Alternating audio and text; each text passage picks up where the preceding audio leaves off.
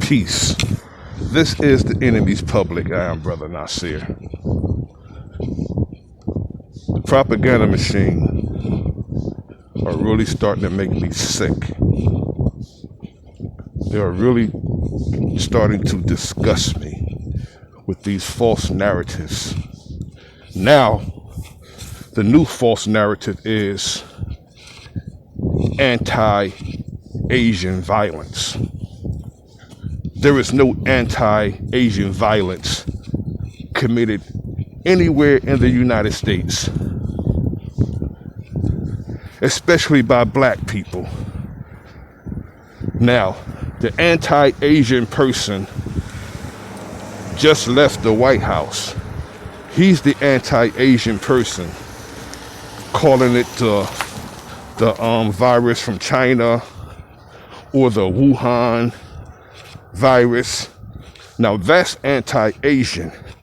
But to suggest on the propaganda machine that black people are going around targeting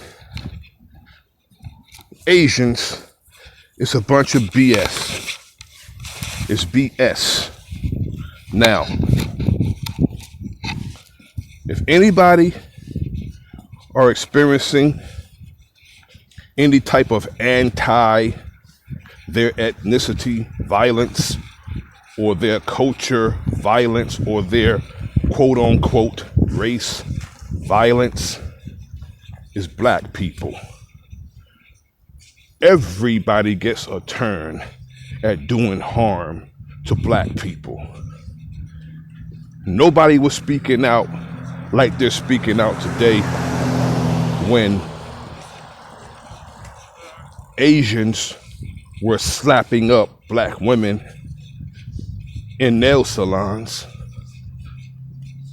You don't see Asians coming out when black people are being murdered.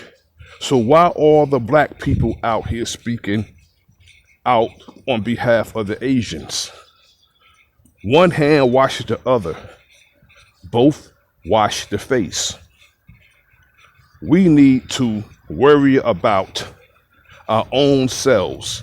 The problem with black people is we're always in somebody else's business. Nobody gives us sympathy or empathy, and we give both to everybody on this planet. It's beginning to be disgusting. Anti-Asian violence across the United States.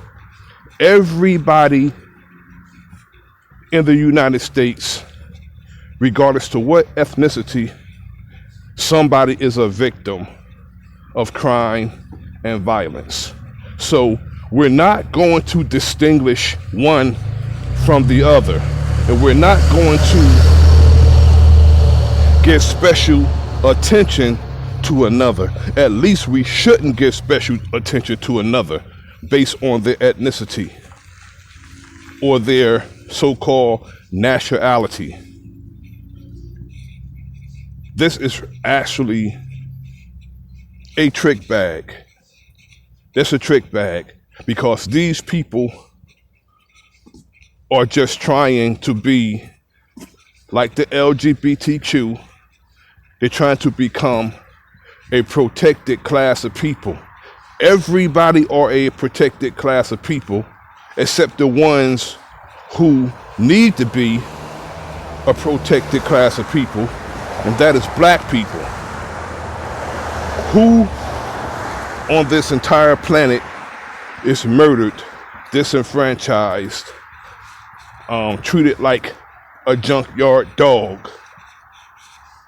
As they say, the 50-plus-year-old Asian woman was treated like in New York City. I don't advocate treating nobody bad. I don't advocate harming or committing violence on anyone unless you're defending yourself.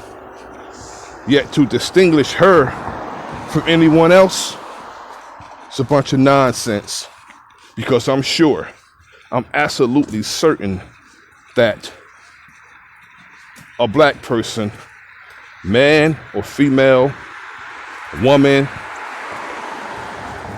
child has been violently aggressed since this woman was in New York, and since the people over in LA was. I can guarantee you, I can absolutely guarantee you that one of us was a victim of violence. Since that person was a victim of violence. But you don't have nobody stepping up and saying that the anti-black violence has to stop. No, because it's enormously to most people, including dumb Negroes. They think that's supposed to happen. And it's getting ridiculous. We need to stop falling for the trick bag. We need to worry about ourselves. And unless someone going to form a coalition with black people that benefits us equally, that is no coalition at all.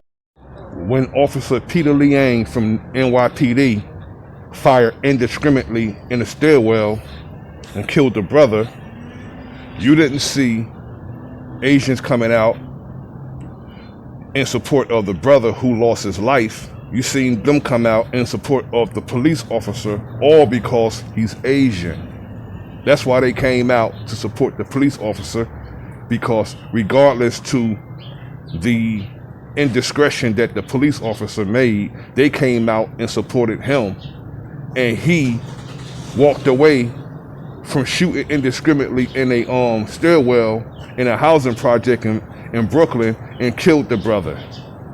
So where's the empathy and sympathy for black people when they're murdered?